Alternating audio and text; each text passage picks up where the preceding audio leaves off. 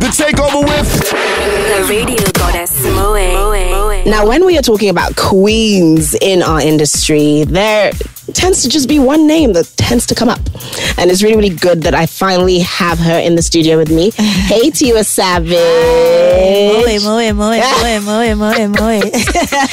You got to add the radio goddess. Oh, yes. It is so good to have you here. Thank you. Finally. Thank you for having me. I know, right? It's been a long coming. Yes. So, obviously you're an extremely busy woman, so let's go straight into it. Now, I feel like the best place to start is with you leaving Maven. Okay. How has it been so far? You know what, funny enough, and I can't make this up, I literally was on the phone with Jazzy just now, and so I don't feel like I've actually left. I literally was just talking to him, we were joking, we're probably going to hang out tonight for a listening party. So, and even every time I record songs, I always send it to him. My videos, I send him first cuts, like he listens, he watches. So yeah, maybe contractually I'm not with the Mavens anymore, but I'm still part of the family. I have a record with Rema, with Korede Bello, so we're still working. So nice. All teams are still DJs for me. It's pretty much the same. Cool. Okay, so seeing as things haven't changed in that department, would you say that things have changed with you and your bestie, Wiz? No, that's still my guy. He's still cool. Yeah, he's dropped 2 hot records.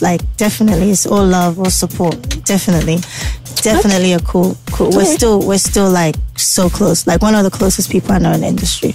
Nice. Yeah. Nice one. Okay, so let's talk about the music. Yeah. Now, without a doubt, your music, to me, most especially, is very, very youthful. Oh, okay. Yes, it is. And it is also very, exuberant and whatnot. Do you think you're ever going to switch things up and then, I don't know, maybe become like a ballad chick or, that type of stuff? I don't know if that's my calling. We all know our calling.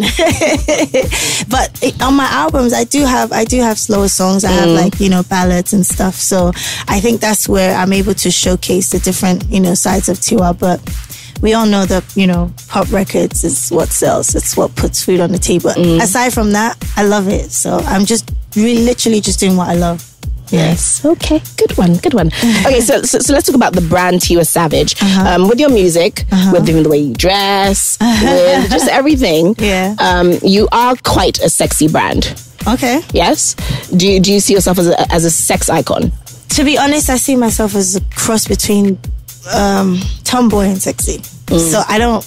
Yeah, I never see it as full on sexy. Even if I wear a sexy top, I'll probably have baggy trousers, sneakers and stuff. So it's I don't know, how Aaliyah was, where she was sexy, but it was still I don't know, cool and trendy. So yeah, I wouldn't. To me, when I say sexy, I think of Kim Kardashian. Do you get what I'm saying? That's full on. But when I think sexy, I also think of Tiwa Savage. Really? I see it because I see there's a cross between, but I see that it's a cross between both. Yeah. All right, but would you say that you are very different from, the sexy side of your brand? Because, a lot of people who probably do look at you as a sex icon would probably think that, oh yeah, Tiwa, probably in her private life, she's just a nymph. This chick. Absolutely not. Totally opposite. I'm really a tomboy off camera. Extremely. I'm surrounded by guys all the time. Yeah. All right. Definitely the opposite. Okay, so let's speak about your record on the Beyonce album. Now, I did a bit of research and I realized, or at least I heard, I don't know how true this is, so it's good that you're here. I heard that apparently for when you guys were hit up initially, you had no idea it was even for Beyonce. No, I did. Oh, so you knew? Yeah. Okay. Yeah, I heard it was a record, an album, a project to support The Lion King. That she wanted to do a supporting project for it. And she wanted Afrobeat artists and American artists to kind of come together for the project. Yeah, so I knew about that. I feel like the money was staying here. Okay, but now artist money, revenue. Yes, the revenue that was being made with the music was staying here. But now, as you are one of the lucky few that has this fantastic international, deal, do you feel that the money is now leaving, at least some part of the money is leaving Nigeria and going internationally? I don't know if it's leaving. I probably would say we're making money outside of Nigeria. So before, like he said a few years back, you know, most of our endorsements and our shows were in Nigeria, but now you have artists doing festivals outside. You have artists doing merchandise, like you have like the Daily Paper collaboration with Starboy, and you have like, you know, different ventures like that, where we're able to now make money through streaming as well. So I think like artists are now starting to, you know, make money, and foreign currency is always good. Exactly. So obviously it is a good thing that we are getting these deals. Yeah, right? but I think artists are still bringing it back. Like most artists still are based in Nigeria. Their property is in Nigeria. They use, you know, Nigerian producers still predominantly, directors. You know, most of our videos are still shot here. So it's not like, you know, we're making the money out there and we're keeping it out there. I think that's one good thing about most of us, is that we are making money, but we're still bringing it back into the economy. So True. Okay, let's talk about 49.99. Yes. Babe, the PR. Like, I think because obviously we do follow each other, so I think I've posted all the different billboards, all the different. I'm just like, Tiwa, you got this on lock. So let's talk about that. Yeah. Why now the choice to make a song that is, in a sense, quite politically conscious? To be honest, I did that record with Olamide and Fields, and when I heard the record, it was, I don't know, it was one of those records I was like, I needed to do it, because I wanted to be a voice of the average Nigerian that goes through this every day. I feel like artists, we have a responsibility to write love songs, to write songs that you can dance to at a wedding, but we also have a responsibility to use our platform to speak about things that the average Nigerian is going through, and that song came about, and I recorded it, but I didn't think it was going to be my first single. So when I got to my first listening meeting with Universal in LA, they all picked that song.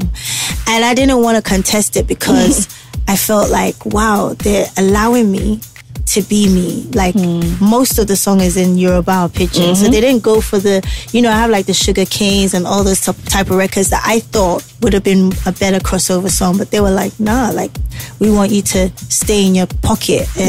And the rest of the world has to adjust, not me adjusting to them. And that was powerful for me. And you could see it with the promo and everything behind the record. They really believed in it. So I'm really blessed. Yes, you are. You are really blessed. Now, you know, speaking about the fact that you have this international deal and you have the opportunity to really, really like reach out with your music across the world, where has been the best place that has been like so receptive to Tiwa Savage, to 49.99?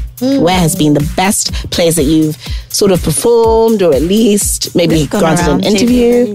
I personally, I love Paris. Paris, okay. Yeah, Afropunk. We did Afropunk and it was amazing. And Brussels as well. We just did Brussels last week. Mad. They went, was it Brussels or Rotterdam? No, Brussels was amazing. Like I didn't go until 3 a.m. in the morning. They were there from 9 a.m. Wow. 9 p.m. Like good 6-7 hours, like in front. And their energy was, I could hear them from backstage, like just going crazy. Half of them don't even speak English. I know, that's what's so mind-blowing. I mean, they do, let me not say that, because they'll be listening to me like, what do you mean? But I mean, like, I totally get what you're saying. It was humbling. It was like, I got goosebumps. And even like songs that are on my album that I normally don't perform, you know, the DJ was just spinning it and they were singing word for word. When I was singing, like when I was performing Keys to the Kingdom, one guy was just like, oh my God. I was just like, wow, it's crazy. Oh, awesome. And you see, I actually do really love your song Keys to the Kingdom, and the reason why I love it is because you are actually speaking to the guy. Yes.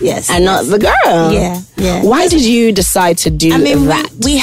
We had brown skin girl, so that was for us, you know. So I figured, I don't know, I just, even before I heard, I'd heard brown skin girl, but then the movie is about Lion King, it's about Simba, and you know, it's about him not forgetting that he's a king, you know, an African king. And I feel like a lot of our men forget that they're kings. So, you know, I wanted to celebrate them for a minute. I know They put us through a lot. I was about to say a minute. Sometimes African men, Nigerian men. I think a minute's enough. Yeah, right.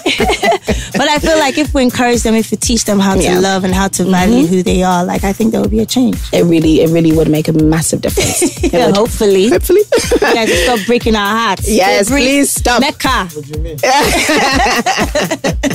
So let's talk about your love life. Oh. Now that we're talking about men, how's that? How's that going, Tiwa? I actually don't talk about it.